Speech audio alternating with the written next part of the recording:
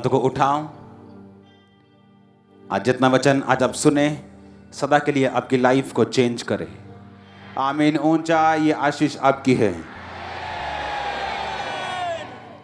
आज हम Jesus Christ के मुंह से निकले हुए जो वर्ड हैं हम उन पे मनन करेंगे।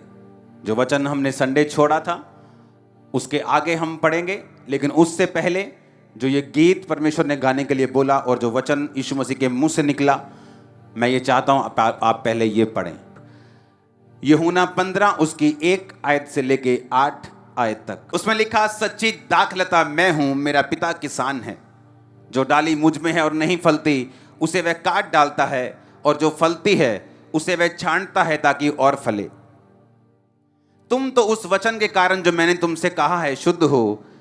तुम मुझ में बने रहो और मैं तुम में। जैसे डाली यदि दाखलता में बनी ना रहे तो अपने आप से नहीं फल सकती, वैसे ही तुम भी यदि मुझ में बने ना रहो तो फल नहीं सकते। मैं दाखलता हूं, तुम डालियां हो। जो मुझ में बना रहता है और मैं उसमें, वह बहुत फल फलता है, क्योंकि मुझसे अलग होकर तुम कुछ भी कर नहीं सकते। यदि कोई मुझ में बना ना रहे तो वह डाली के समान फेंक दिया जाता और सूख जाता है, और लोग उन्हें बटोर कर आग में झोंक देते हैं और वो जल जाती हैं। तुम मुझ में बने रहो और मेरा वचन तुम में बना रहे, तो जो चाहो मांगो वह तुम्हारे लिए हो जाएगा। मेरे पिता की महिमा इसी से होती है कि तुम बहुत सा फल लाओ, तब भी तुम मेरे चेले ठहरोगे। ये बात पक्की, जितना वचन ये दिखने में सिंपल और सुनने में लग रहा है इतना है नहीं, क्योंकि आपको अभी मालूम होने वाला है। यीशु मसीह ने कहा, मेरे पिता की इच्छा ये है कि तुम फल लेके आओ। यानी पिता ये चाहता है कि जब तुम मसीह में आ जाओ तो तुम्हारी जिंदगी में टेस्टिमनीज हों, तुम्हारी जिंदगी में गवाहियां हों, तुम्हारी जिंदगी में बड़े बड़े काम हों, ताकि तुम मेरे चेले ठहरो। परमेश्वर ने कहा, मेरे पिता की महिमा इससे होती है कि तुम बहुत सा फल लाओ और तब तुम मेरे चेले ठहरोगे। ये बात पक्की है। आप चाहे चर्च के आखिर में बैठें, चाहे फ्रंट में बैठें, आप चाहे गरीब परिवार से हैं, आप चाहे छोटे हैं बड़े हैं, कोई मायने नहीं रखता परमेश्वर के सामने। जब आप परमेश्वर में आते हैं आप सबको एक जैसा विश्वास का कटोरा दिया जाता है, एक जैसी गवाहियां आपको सुनने को मिलती हैं।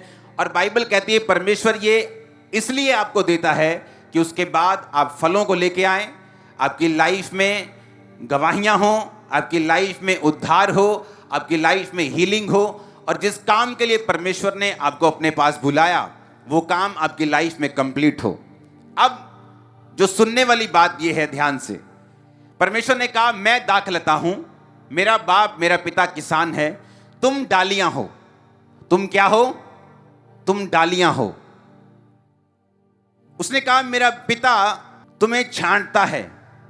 हालेलुया। क्या करता है वो? तुम्हें। दूसरी आयत में लिखा, जो डाली मुझ में है और नहीं फलती उसे वो काट डालता है, और जो फलती है उसे वो छांटता है ताकि वो और फले। एक 1.5 मिनट की वीडियो है जिसमें आपको ये नजर आएगा कि जब एक किसान दाखलता को, अंगूरों की बेल को ज्यादा फलदार करना चाहता है तो उसे वो बेल छांटनी पड़ती है। अगर वो नहीं छांटेगा और वो ग्रो होती जाएगी, वो बेल कभी भी फल नहीं लेके आएगी और अंगूर जो हैं उनमें बीमारी लग जाएगी। वो 1.5 मिनट की वीडियो देखो 1 सेकंड के लिए। मैं पॉल एडल हूं, RHS गुन वेस्ले के लिए टीम लीडर। मैं आज आपको बाहरी लताओं की मौसमी छंटाई पर कुछ सुझाव देने जा रहा हूं। बहुत से लोग उन्हें अपने बगीचों में उगाते हैं, पेरगोला या ओवर आकर्स पर बढ़िया, जैसे कि हमारे यहाँ वेस्ली में है। वे वर्ष के इस समय में और अच्छी गुणवत्ता वाले अंगूर प्राप्त करने और उन्हें रोग मुक्त रखने के लिए वहां वृद्धि करते हैं। हमें यह सुनिश्चित करने की आवश्यकता है कि हम कुछ युक्तियों के साथ छंटाई करते हुए थोड़े मौसमी के शीर्ष पर हैं। हम ये देखने जा रहे हैं कि आपको क्या करने की आवश्यकता है आपको वो अच्छा फल वर्ष के अंत में दें। तो यह मध्य जून है, अंगूरों में पहले से ही कुछ वृद्धि हुई है और हमने कुछ शुरुआती छंटाई की है जहां हमें अंगूरों की ताकत को नियंत्रित करना है। अगर हम हर जगह पत्तियों के साथ कुछ नहीं करते तो हर जगह काफी पेचीदा गंदगी के साथ छूट होता है, जिससे फफूंदी लगने की संभावना बढ़ जाती है और फिर बाद में बड़े गुच्छों पर बोटेटिस और बहुत सारे अंगूरों का उत्पादन होगा जो कि काफी छोटा होगा और शायद अधिक फैला हुआ बेल होगा।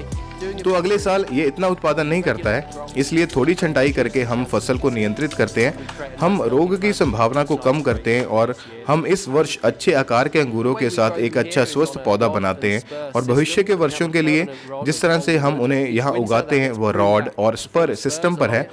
इसलिए हमारे पास प्रत्येक सर्दियों में पुरानी लकड़ी की एक स्थायी छड़ होती है जो इसके साथ साथ स्पर्श बनाने के लिए वापस आ जाती है। अब हम 1 महीने पहले उस रॉड के साथ हर 10 या 15 सेंटीमीटर फैल गए हैं।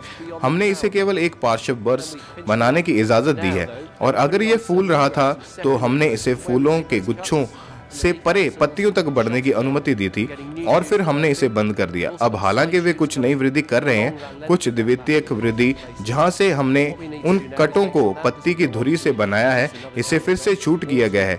हमें नए अंकुर विकसित हो रहे हैं। हमें इस पार्श्व की लंबाई से अलग अलग जगहों पर आने वाले साइड शूट भी मिल रहे हैं। अब हमें जो करने की जरूरत है वो ये है कि हमने सुनिश्चित करना है कि पेचीदा गंदगी या अधिक फूलों की कलियों का उत्पादन ना हो। हम साइड शूट को नए विकास के केवल एक पत्ते तक छोटा करना चाहते, जिसे हमने कुछ हफ्ते पहले काट दिया। इसे अच्छा और स्वस्थ रखने से आएगा और इन जोरदार लताओं पर पूरे गर्मियों में इसे कई बार दोहराएगा। उम्मीद है इन टिप्स के साथ आप अपने बगीचे में बेल से निपटने के लिए आत्मविश्वास महसूस करेंगे। इसके बजाय कई छोटे गुच्छों का उत्पादन करने के लिए इसे इतना जोरदार और ऊंचा होना बंद करें। अब आप इन सरल तकनीकों से अंगूरों के कम लेकिन बड़े गुच्छों का उत्पादन करने जा रहे हैं। आपको शरद ऋतु में आनंद लेने के लिए कुछ देना है और आने वाले कई वर्षों तक एक स्वस्थ बेल अंगूर का उत्पादन करने जा रही है। सुनो, वो क्या कह रहे हैं? वो किसान कहता अगर मैं उसको छांटूंगा नहीं तो उनमें रोग पैदा होगा और उस सही जगह के ऊपर ग्रोथ जो है वो नहीं होगी। अब जब परमेश्वर आपको अपने में लेके आता है, यीशु मसीह के एक एक जो वर्ड है, एक एक वचन वो सुनने वाला है। परमेश्वर ने कहा जब तुम मुझ में आओगे तो अगर तुम फल लेके आओगे, यानी अगर तुम्हारी जिंदगी में प्रेयर होगी, तुम्हारी जिंदगी में आत्मा के फल होंगे, प्रेम होगा, आनंद होगा, धीरज होगा, विश्वास, नम्रता, संयम, वो फल होंगे। तुम्हारी जिंदगी में फास्टिंग होगी, पवित्रताई होगी। तो उसने कहा मेरा पिता तुम्हें छांटेगा और जब वो तुम्हें छांटेगा तो तुम्हें दुख होगा। तुम्हें लगेगा कि मेरा पिता मुझे क्यों छांट रहा है, मैं तो अच्छी तरह से चल रहा हूं फिर भी मेरे जीवन में दुख क्यों है।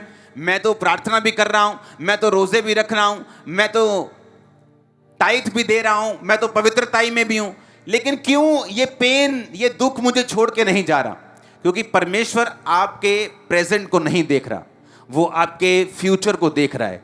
उसे दिख रहा है कि आप आने वाले समय में बहुत जबरदस्त रीति के साथ फल लेके आने वाले हो, उसे ये दिख रहा है। लेकिन अगर आप फ्यूचर में फल चाहते हैं, अगर आप इस किसान की वीडियो आप इंटरनेट पे सर्च करना कि जब एक डाली को वो चाहता है कि बहुत सा फल लेके आए तो वो कहता है उसे मुझे छांटना पड़ता है ताकि वो नियंत्रण में रहे और जो फल आए वो पूरा आए।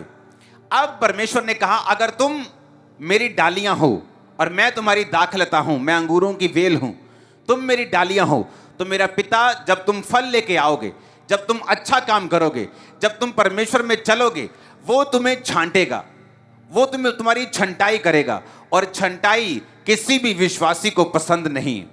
जब परमेश्वर आपकी छंटाई करता है, दाऊद की छंटाई की गई, यूसुफ की छंटाई की गई, जब उसे गड्ढे में डालकर बेच दिया गया, उसे लगता था परमेश्वर ने मुझे छोड़ दिया, लेकिन परमेश्वर ने उसे छोड़ा नहीं था। ये उसकी छंटाई का टाइम आ चुका था, क्योंकि परमेश्वर ये चाहते थे कि आने वाले समय में ये बहुत सा फल लेके आए। आपको ये दिमाग में रखना है। अगर आप ये दिमाग में नहीं रखेंगे तो शैतान आपका फायदा उठाएगा। दिमाग में रखना है कि परमेश्वर का वचन क्या कहता है कि मैं बहुत सा फल लेके आऊं, बहुत सा। अपने आंखों को बंद करके अपने दिल में बोलो, परमेश्वर मुझसे ये चाहता है कि मैं बहुत सा फल लेके आऊं। आमीन। अब परमेश्वर ने फल लाने का तरीका बता दिया कि अगर तुम फल लेके आओगे और अगर तुम बहुत सा फल लेके आना चाहते हो तो मेरा पिता तुम्हें छांटेगा। जब मेरा पिता तुम्हें छांटेगा तो तुम दुख नहीं मनाओगे। जब वो तुम्हारी प्रार्थनाओं का उत्तर तुम्हारे हिसाब से नहीं देगा, तुम दुख नहीं मनाओगे। जब वो ऐसे लोगों को तुम्हारी जिंदगी से दूर करेगा जो फ्रूटफुल नहीं है लेकिन तुम्हारे लिए खतरनाक है, लेकिन तुम नहीं चाहते वो दूर हो, तो तुम दुख नहीं मनाओगे। तुम छंटनी में परमेश्वर का साथ दोगे, क्योंकि यीशु मसीह के नाम में मैं आपको फल लाता हुआ देख रहा हूं। आप मेरी बातों को समझ रहे कि नहीं? परमेश्वर ने कहा यह दिमाग में वचन रखना है कि परमेश्वर ने कहा कि मेरा पिता ये चाहता है, मेरा पिता जब तुम्हें छांटता है तो उसके दिमाग में ये है कि तुम बहुत सफल लेके आओ। कई बार वो तुम्हें तुम्हारी बाजू में पेन देगा ताकि उस पेन के चक्कर में तुम प्रार्थना बढ़ा सको और उस प्रार्थना के जरिए तुम्हारा परिवार मसीह में आ सके। कई बार वो तुम्हें निराशा देगा ताकि उस निराशा के चक्कर में तुम परमेश्वर के और करीब हो जाओ और वो तुम्हारी जिंदगी को पूरी रीति से बदल के तुम्हारे द्वारा पूरे रिश्तेदारों को, पूरे नगर को बचा सके।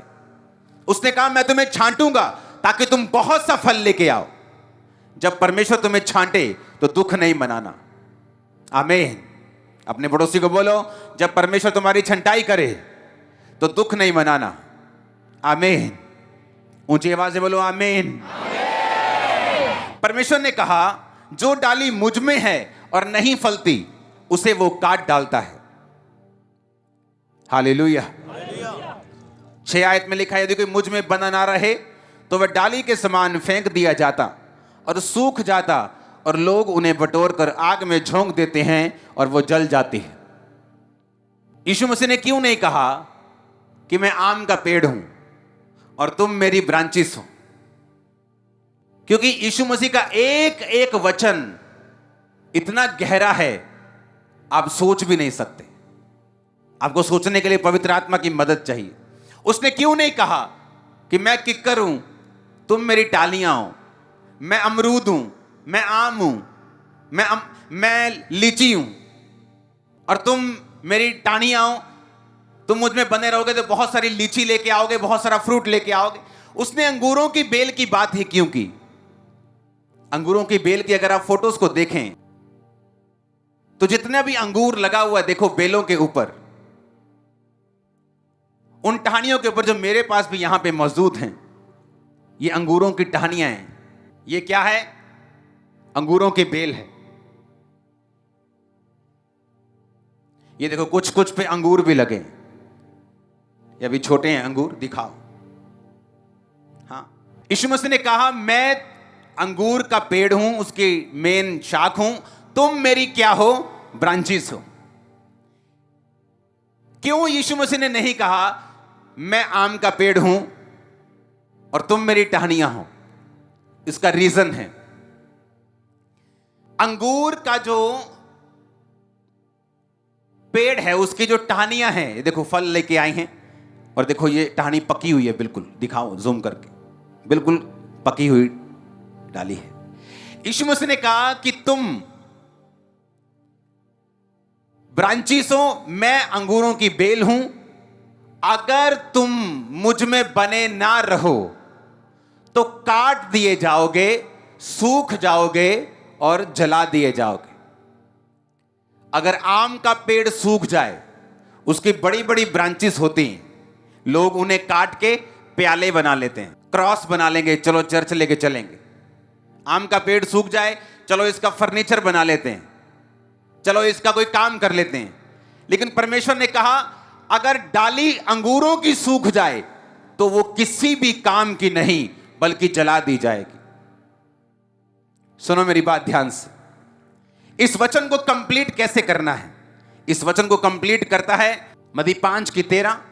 जीसस ने कहा तुम पृथ्वी के नमक हो। अगर नमक का स्वाद बिगड़ जाए तो फिर वो किस वस्तु से नमकीन किया जाएगा? फिर वो किसी काम का नहीं कि बाहर फेंका जाए और मनुष्यों के पैरों के नीचे रौंदा जाए। परमेश्वर ने कहा तुम पृथ्वी का क्या हो? नमक हो। उसने ये नहीं कहा तुम एक शानदार कुर्ता हो, तुम एक शानदार कमीज हो, तुम एक शानदार कपड़ा हो। क्योंकि अगर एक शानदार कपड़ा तन पे नहीं रहता तो मम्मी काट कर उसकी छोटी बहन की फ्रॉक बना देती जब वो फट जाए। जो लोगों के पास ज्यादा पैसा नहीं होता उनको मालूम है कैसे बनाती हैं। पर्दे की फ्रॉक बना देते, पर्दा फट गया उसकी फ्रॉक, अच्छा फ्रॉक भी फट गई उसका पोचा, पोचा भी चला गया उसके बाद भी वो काम आता रहता कपड़ा। लेकिन परमेश्वर ने कहा तुम कपड़ा नहीं हो, तुम नमक हो। कहता अगर नमक खराब हो गया तो फिर धत तेरे की, वो किसी काम का नहीं, मनुष्यों के पैरों के नीचे रौंदा जाएगा। उसने कहा अगर वो व्यभिचार, वो गलती अविश्वासी करे तो हो सकता है उसकी जिंदगी किसी ना किसी काम आ जाए, लेकिन अगर एक विश्वासी बिगड़ जाएगा तो वो किसी काम का नहीं, वो पैरों के नीचे रौंदा जाएगा, अविश्वासी से बुरी हालत हो जाएगी और वो किसी काम का नहीं होगा। मसीह में आने के बाद सिनेरियो चेंज हो गया। मसीह में आने के बाद सारी परिस्थिति बदल गई। परमेश्वर ने कहा अब तुम अंगूरों की बेल की टाहनियां हो, पर यह बात अब तुम याद रखना, तुम मुझ में हो तो फलते रहोगे। जिस दिन मुझसे बाहर हुए तो इस टहनी की तरह तुम फेंक दिए जाओगे, उसके बाद सूख जाओगे और उसके बाद इसका कोई फर्नीचर नहीं बनेगा, इसका कोई काम नहीं होगा, सीधा जला दिए जाओगे और ये किसी काम नहीं आएगी। हालेलुया! कितने इन बातों को समझ रहे हैं? इसीलिए परमेश्वर ने कहा तुम टाहनियां हो, तुम ब्रांचेस हो, लेकिन किसकी? अंगूरों की। कि अगर तुम क्रिश्चियन होके बिगड़ गए तो तुम्हारी हालत अविश्वासियों से भी बुरी होगी, तुम्हारी हालत दूसरे लोगों से भी ज्यादा खराब होगी, तुम उनसे भी कहीं अधिक गरीबी और श्राप और बीमारियों के नीचे होगे, क्योंकि परमेश्वर ने कहा तुम मुझसे अलग होकर कुछ नहीं कर सकते। परमेश्वर ने कहा तुम पाप में थे और मुझ में आए, और अगर फिर पाप में चले गए, इससे अच्छा होता कि तुम आते ही नहीं, क्योंकि सच्चाई को जानकर पाप में जाना आपकी हालत को 7 गुना बुरा करता है। वचन इस प्रकार बाइबल में कहता है। इसलिए परमेश्वर ने कहा तुम टाहनियां हो, तुम नमक हो। अगर नमक बिगड़ गया, अगर नमक में रेत मिल गई, अगर नमक का स्वाद बिगड़ गया, तो कोई दुनिया की सियानी औरत, डॉक्टर, साइंटिस्ट उस नमक को ठीक नहीं कर सकता। वो बिगड़ गया, अब वो कोई काम का नहीं। अब वो पैरों के नीचे लिखा फेंक दिया जाएगा और मनुष्यों के पैरों के वो नीचे आएगा। कितने इन बातों को समझ रहे हैं? इसलिए परमेश्वर ने कहा तुम मैं अंगूरों की बेल हूं, तुम मेरी टहनियां हो, तुम मेरी ब्रांचेस हो। अगर तुम फले तो मेरा बाप तुम्हें छांटेगा, वो तुम्हें छांटेगा ताकि तुम और फल लेके आओ, अगले सीजन और फल लेके आओ, अगले सीजन और फल लेके आओ। जो मेरे पिता के वचन पे रहेगा हर सीजन में नया फल और बड़ा फल लेके आएगा। पिता का वचन कहते हैं, यीशु मसीह के नाम में जो वफादारी के साथ उसके वचनों पे खड़े हैं, आप और आपका परिवार 100 गुना फलों को लाने के लिए और शॉक सरप्राइज देने के लिए तैयार हो जाओ। आमीन। मेरे को ऊंचे वाला चाहिए चर्च। मैंने कहा आमीन, मेरे को और ऊंचे वाला चाहिए। Hallelujah, hallelujah. परमेश्वर ने अगर कहा कि मैं दाख हूं, मैं अंगूरों की बेल हूं, तो उसका बड़ा रीजन था, क्योंकि परमेश्वर ने आपको यह बता दिया है अगर तुम किसी काम के हो तो सिर्फ मुझ में रह के हो, अगर तुम मुझसे बाहर जाओगे तो तुम आम से भी बुरे हो, जो सूख कर फर्नीचर बन जाता है, छड़ियां बन जाती हैं, किसी काम आ जाता है। लेकिन अंगूरों की बेल, जीसस ने कहा जब सूख जाती है वो किसी काम की नहीं। अंगूरों की बेलों का अगर आप साइज देखेंगे, दिखाओ फोटोज के अंदर, वो अंगूरों का बेल जो मेरे हाथ में देखो, देखो अंगूर लगे हुए और बेल का साइज देखो क्या है, टाहनी का साइज देखो, ब्रांच का क्या है, इससे क्या बन सकता है? नथिंग। इसलिए परमेश्वर ने कहा जब तुम मुझ में आ गए, अगर तुम मुझ में रहोगे तो मन भावने रहोगे, लोग तुम्हारे पास आएंगे, तुम अन्य जातियों के प्रधान ठहराए जाओगे। बहुत से वायदे हैं आपको मालूम। लेकिन अगर तुम नहीं फल लेके आओगे, क्रिश्चियन होके भी बिगड़ जाओगे, तो तुम्हारी हालत अविश्वासियों से भी बुरी हो जाएगी। उसका एक एक वचन जीसस क्राइस्ट का सो पावरफुल। इसलिए उसने कहा मैं अंगूरों की बेल हूं, तुम मेरी टहनियां हो, मेरे बिना तुम फल नहीं सकते। तुम नहीं, जब तुम फलोगे नहीं तो मेरा पिता तुम्हें काट देगा। वो देखेगा टहनी सूखी है, पेड़ पे भार डाला हुआ है, वो तुम्हें काट देगा। तुम काट कर जमीन पे आ जाओगे, सूख जाओगे, उठा लिए जाओगे लोगों के द्वारा, फिर चूल्हे में जला दिए जाओगे। पर अगर तुम फलोगे, तुम थोड़ा सा फल लेके आओगे, तो मेरा पिता तुम्हें छांटेगा, तुम अगले साल और फल लेके आओगे, अगले सीजन और फल लेके आओगे, तुम्हारी गवाहियां बनती जाएंगी, तुम अगले लेवल पे जाओगे, आगे बढ़ते जाओगे, तुम्हारा दुख तुम भूल जाओगे, जिस तरह पानी बहता हुआ हो तुम भूल जाते हो। ये परमेश्वर का वचन है आप लोगों के लिए, और खुदावंद के एंजल्स, उसके दूत आपको टच करके इस वचन के जरिए एक गहरा प्यार और एक गहरा डर भी आपके दिलों में डाल रहे हैं। आप सेम नहीं होंगे आज के बाद, इन जीसस नेम। Hallelujah, hallelujah. एक एक वर्ड खुदावंद का वो पावरफुल है। मैंने लोगों को देखा है मसीह में आने के बाद गिरते हुए और उनकी हालत अविश्वास से बुरी होते हुए।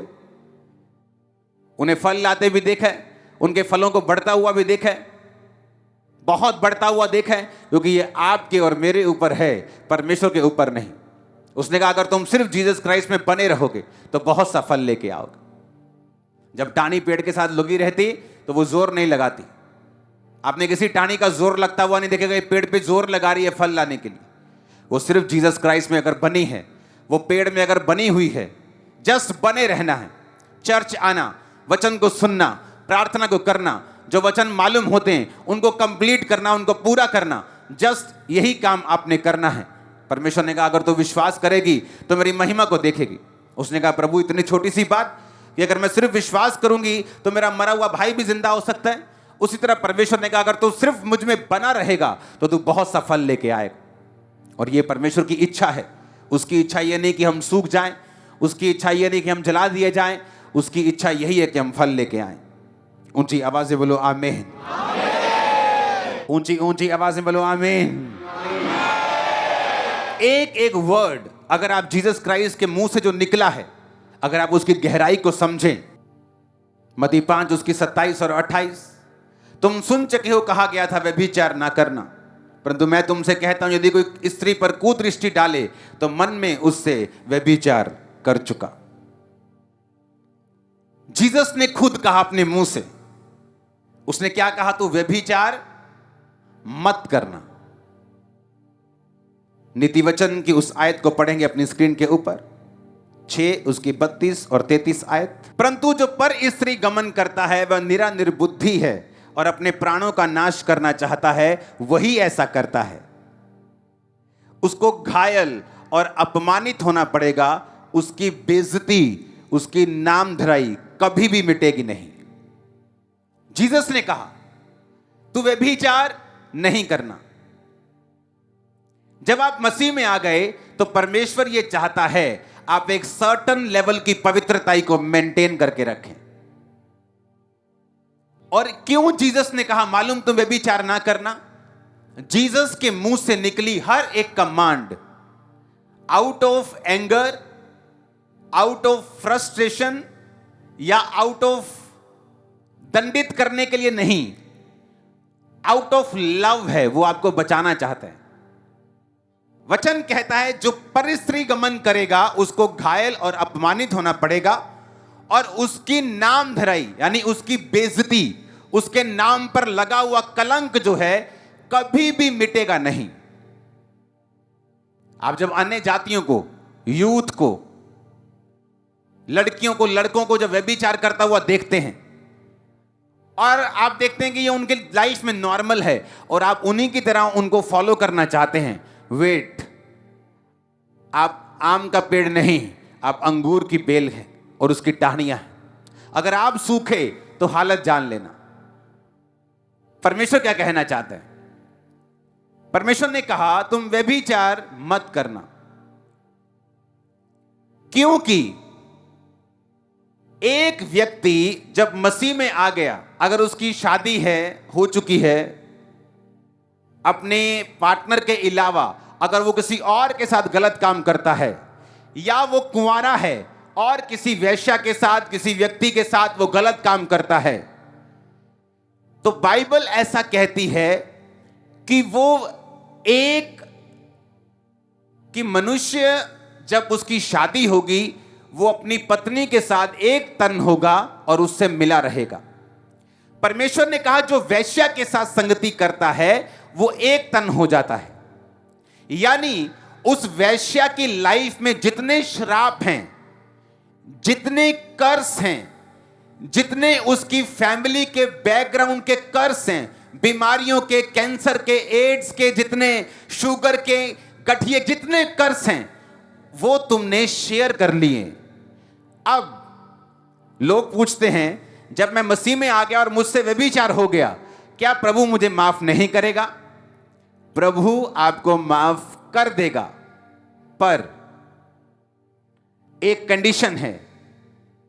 आप रास्ते में मान लो जा रहे, एक बंदा जा रहा है रास्ते में, उसका एक्सीडेंट हो गया और उसकी एक बाजू टूट गई और डॉक्टरों ने उसे काट दिया, क्योंकि वो रफ ड्राइविंग करता था, शराब पी के रोड पे निकल जाता था, मस्तियां करता था रोड पे, और उसका एक्सीडेंट हुआ, एक बाजू काट दी गई। उसने फिर फैसला किया, आज से मैं शराब नहीं पीऊंगा और जब रोड पे जाऊंगा अच्छी रीति के साथ चलूंगा और कभी भी मस्ती नहीं करूंगा और कभी भी शरारत नहीं करूंगा।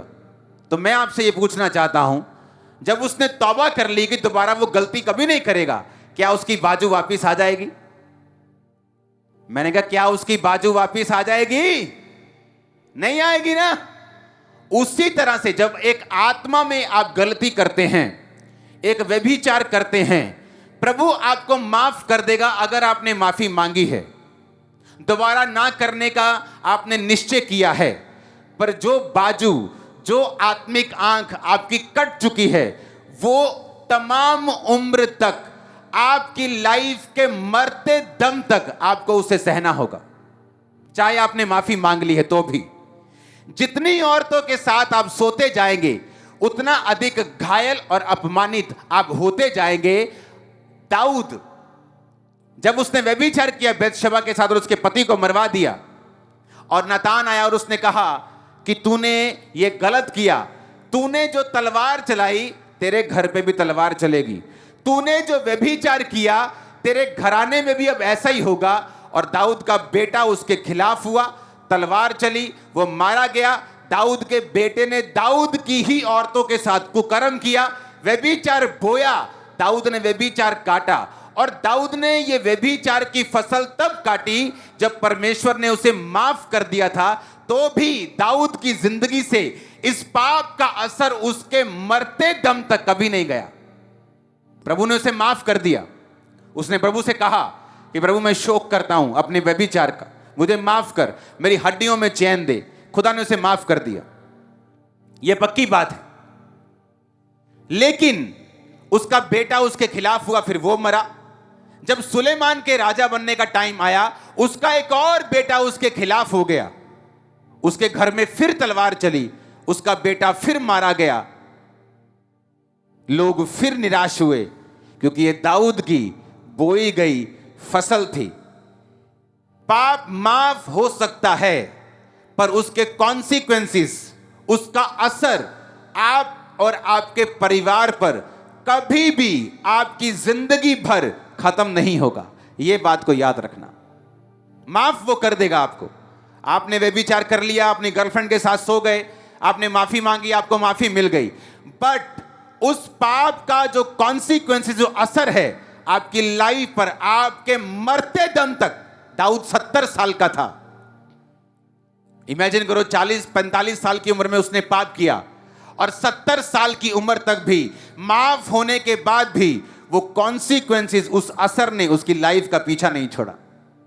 जितनी औरतों के साथ मैंने देखा, लोग जो व्यभिचार में होते हैं, औरतों के साथ अलग अलग, बंदों के साथ अलग अलग सोते हैं, एंड में उनकी लाइफ इतनी उस लेवल पर प्रभावित हो चुकी होती है कि अगर वो माफी भी मांग लेते हैं तो अच्छी बात है, लेकिन वो असर उनकी लाइफ से खत्म नहीं होगा।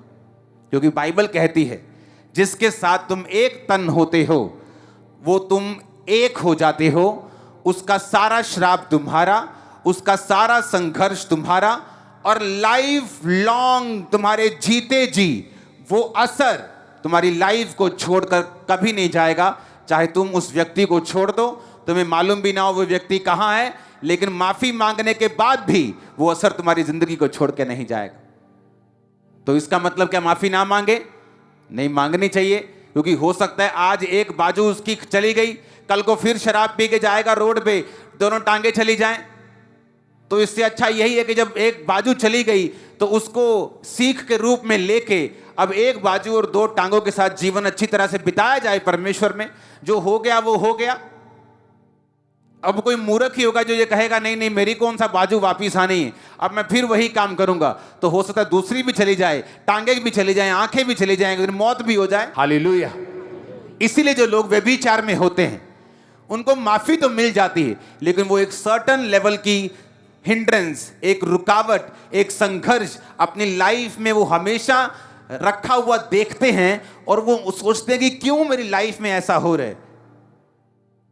एक सर्टन लेवल की पवित्रताई परमेश्वर आपसे डिमांड करता है, क्योंकि जीसस क्राइस्ट के मुंह से निकला हुआ एक एक वचन बहुत पावरफुल है और असरदार है। अगर वो कहता है व्यभिचार मत कर तो मत कर, इसमें तेरा फायदा है। उसने कहा अगर तूने आंखों से व्यभिचार किया, तूने आंखों से कुदृष्टि डाली, तो तू व्यभिचार कर चुका। क्यों शैतान इस पाप में आपको गिराने की कोशिश करता है?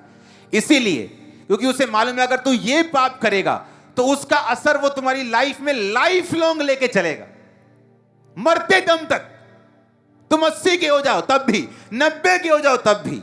इसीलिए शैतान का पूरा जोर रहता है इंटरनेट के जरिए, इंस्टाग्राम के जरिए, टिकटॉक के जरिए, कि वो पूरा व्यभिचार इंसानों के दिल में डाले और वो गलत कामों को करें। हालेलुया। नीति वचन 7 अगर आप पूरा पढ़ेंगे तो उसमें संसारिक प्रेम के बारे में लिखा है। वो ऐसा प्रेम जो शैतानी है, जो शारीरिक है, जो अनैतिक संबंधों की ओर लेके जाता है, और उस प्रेम का कितना बुरा असर होगा उसके बारे में भी लिखा है।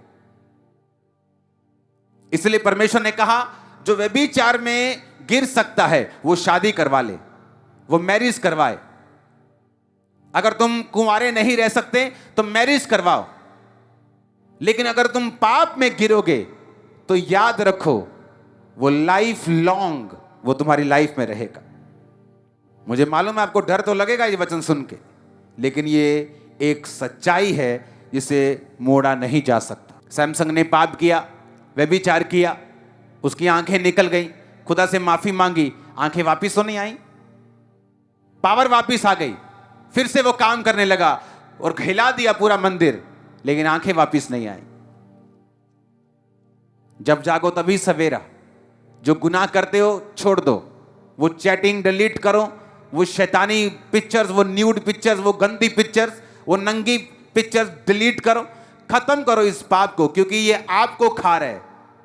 आपके पास्टर को फर्क नहीं पड़ेगा, आपके किसी बंदे को फर्क नहीं पड़ेगा, वो आपको फर्क पड़ेगा। आने वाली आपकी जनरेशन, आपके बच्चों तक उसका असर जाने वाला है अगर आप उसे छोड़ेंगे नहीं तो। इसलिए शैतान का पूरा जोर लगा है इंटरनेट के जरिए पूरी वो वल्गर चीजों को फैलाए, नंगी चीजों को फैलाए। जो नंगी लड़कियां लोग सीडी लाके देखते थे अब इंटरनेट पे आराम से मिल जाती, क्योंकि शैतान का फुल जोर है कि आपको इस पाप में फंसाए। उसको मालूम है इस पाप का असर क्या है। आपकी लाइफ में बड़े से बड़ा अटैक, बड़े से बड़ा दुख, बड़े से बड़ी मुसीबत, आप उसे काट सकते हो, भगा सकते हो अगर आप पवित्रताई में हो तो। पवित्रताई एक गुण नहीं, पवित्रताई एक फायर है, एक पावर है, एक ताकत है, एक हथियार है जो बड़े से बड़े अटैक को फिनिश कर सकती है आपकी लाइफ से। वो शर्मिंदगी को फिनिश कर सकती, वैरी को शर्मिंदा रख सकती, अगर आप पवित्रताई की सामर्थ्य को समझ जाएं तो। कितने इस बात को समझ रहे हैं? आज लोगों को पता चल रहा है कि जीसस क्राइस्ट के वर्ड वो दिखने में सिंपल हैं, पर अगर उनके बीच में घुस जाओ तो वो आपको सुधार देते हैं। हालेलुया। जब आपको मालूम होता है कि ये व्यभिचार 5 मिनट का मेरी लाइफ लॉन्ग मुझे तंग करने वाला है तो मुझे नहीं चाहिए। ये 10 मिनट की गंदगी लाइफ लॉन्ग। और परमेश्वर ने क्या कहा, नीति वचन फिर से पढ़ेंगे, उसने कहा उसको घायल और बेइज्जत होना पड़ेगा, उसकी नाम धराई कभी नहीं मिटेगी। आज तक दाऊद के पाप के बारे में जिक्र होता है, उसकी अच्छी बातों का भी जिक्र होता है, उसके पाप के उसकी नाम धराई आज तक मिटी नहीं। उसका अपमान लिखा कभी मिटेगा नहीं। वो सदा उसको लेके चलना पड़ेगा। अगर यीशु मसीह ने कहा तू चोरी मत कर, तो मैं आपको बताऊंगा कि क्यों कहा। अगर उसने ये कहा व्यभिचार ना कर, मैं आपको बता रहा हूं कि उसने क्यों कहा। उसके पीछे एक बड़ा लंबा रीजन है, वो आपको बचाना चाहता है उन आंसुओं से। अब दाऊद जितना मर्जी रोए कि खुदावंद मेरा बेटा मेरे खिलाफ ना हो, लेकिन ये होके रहेगा, क्योंकि उसने इस व्यभिचार की फसल को बोया था, उसे वो काटना पड़ेगा। ऊंची आवाज में बोलो हालेलुया, ऊंची आवाज में। नीति वचन 6:32, जो पर स्त्री गमन यानी दूसरी स्त्रियों को देखता है, गलत काम करता है, वो निर्बुद्धि लिखा, वो मूर्ख है। जो अपने प्राणों को नष्ट करना चाहता है वही ऐसा करता है। नीति वचन के बाद मत्ती पढ़ेंगे, 7 आयत से पढ़ेंगे, जो दयावंत हैं क्योंकि उन पर दया की जाएगी। जीसस ने कहा धन्य है वो, ब्लेस्ड है वो, खुश रहेंगे वो, आनंदित रहेंगे वो जो दयावंत होंगे। दया इसलिए नहीं कि वो लोग दया के काबिल होंगे, इसलिए कि आपको परमेश्वर ने दयावंत रहने के लिए बोला है। इसलिए नहीं आप उनको माफ करेंगे क्योंकि उन्होंने माफी मांग ली, आप उन्हें इसलिए माफ करेंगे क्योंकि परमेश्वर ने कहा अगर तू माफ नहीं करेगा तो मैं भी तुझे माफ नहीं करूंगा। तू अगर दयावंत होगा तो मैं तेरे साथ दयावान होऊंगा। बाइबल कहती एक व्यक्ति अपने देनदार से जिससे उसने पैसे देने थे मिला और उससे कहा ओए पैसा निकाल मेरा, नहीं तो तेरे को अभी मैं जेल में देता हूं। उसने माफी मांगी, उसने बेग किया, उसने भीख मांगी और बोला प्लीज मैं पैसा नहीं दे सकता, प्लीज मुझे कुछ समय दे दो, मुझे माफ कर दो। और वही व्यक्ति उसे माफ नहीं करता और खुद वो राजा से माफी लेके आया था और राजा को बोला था कि मुझे माफ कर दे, पैसा नहीं दे सकता। और आगे जब उसने किसी से पैसे लेने थे, जैसे राजा ने उसे माफ किया, उसने आगे माफ नहीं किया। किसने राजा को जाके बता दिया कि तूने उसको माफ किया था ना, लेकिन उसने अपने अगले कर्जदार को माफ नहीं किया। राजा ने कहा बुलाओ और उसे जेल में डाल दो। कि जिस तरह मैंने उस पर दया की, उसे भी दया करनी चाहिए थी। क्या आपके मेरे गुनाह माफ होने के काबिल थे? क्या मैंने जो परमेश्वर की कलीसिया को सताया, क्या माफ होने के काबिल था? नहीं, लेकिन उसने मुझे माफ किया। मैं आपको प्रीच कर रहा हूं, इसलिए मुझे भी माफ करना है उनको जो इस काबिल नहीं। बाइबल में लिखा विश्वासियों को परमेश्वर ने कुत्तों के साथ कंपेयर किया। कि कौन से विश्वासी? लिखा जो विश्वासी एक दूसरे को दांत से काटते और फाड़ते हैं, एक दूसरे की बदनामी करना, एक दूसरे को नीचा करने की कोशिश करनी, अपनी मिनिस्ट्री को अप करने के लिए दूसरी मिनिस्ट्री के बारे में बुरी बातें को बोलना। परमेश्वर ने कहा ऐसे कुत्तों से चौकस रहना, काट कूट करने वालों से चौकस रहना। तुम दयावान बनना जिस तरह तुम्हारा पिता दयावान है। आगे लिखा धन्य है वो जिनके मन शुद्ध हैं क्योंकि वो परमेश्वर को देखेंगे। जब आप परमेश्वर में आते हैं, 2 तरह के विश्वासी हैं, एक वो जो साफ दिल के हैं, एक वो जो शुद्ध दिल के हैं। सब क्रिश्चियन, सब यहूदी साफ दिल के थे, लेकिन यूसुफ शुद्ध दिल का था। और बाइबल कहती है जो शुद्ध मन के हैं वो परमेश्वर को देखेंगे। दाऊद जब शाऊल के उससे भाग रहा था और शाऊल को मारने का उसे मौका मिल गया है एक गुफा में, तो उसके दोस्त बोले दाऊद शाऊल को मार दे क्योंकि यही तेरा दुश्मन तेरे प्राणों का ग्राहक है, और जब ये मर जाएगा तो उसी कुर्सी पे चला जाएगा जिसके लिए खुदा ने तेरा राजा होने के लिए अभिषेक किया। पर दाऊद ने कहा चाहे प्रभु का आत्मा शाऊल पर से उठ चुका है, पर मैं इसको मारूंगा नहीं क्योंकि ये यहोवा का अभिषिक्त है। जो अभिषिक्त था, जिस पे आत्मा उतरता था, दाऊद उसको भी मार के खुश नहीं था। इमेजिन करो जो अब सही चल रहा है, जिस पे आत्मा उतरता है, जो लोग परमेश्वर के करीब हैं, उनके खिलाफ बोलकर लोग कहां जाएंगे? इमेजिन करो, शाऊल जो गिरा हुआ था उसके खिलाफ वो नहीं चलना चाहता था, उसे मालूम था ये गलत है। और सोचो जो खड़ा है उसके खिलाफ चलना अपने परिवार को श्रापित करने के बराबर है। यीशु मसीह ने कहा धन्य है वो जो शुद्ध मन के हैं। कौन था शुद्ध मन? दाऊद के जैसा, जिसने कहा नहीं मैं इसको नहीं मारूंगा, चाहे मेरे प्राण का ग्राहक है, चाहे इसके बाद ये कुर्सी मेरी है राजा की, लेकिन तब भी मैं शॉर्टकट नहीं अपनाऊंगा, मैं इसे माफ करूंगा। और कहा धन्य हैं वो जिनके मन शुद्ध हैं, क्योंकि वो परमेश्वर को देखेंगे। क्या देखेंगे? परमेश्वर के ऐसे काम जो आप लोगों की लाइफ में नहीं होते, ऐसी ग्रोथ, ऐसी ब्लेसिंग जो सब मिनिस्ट्रीज में नहीं है।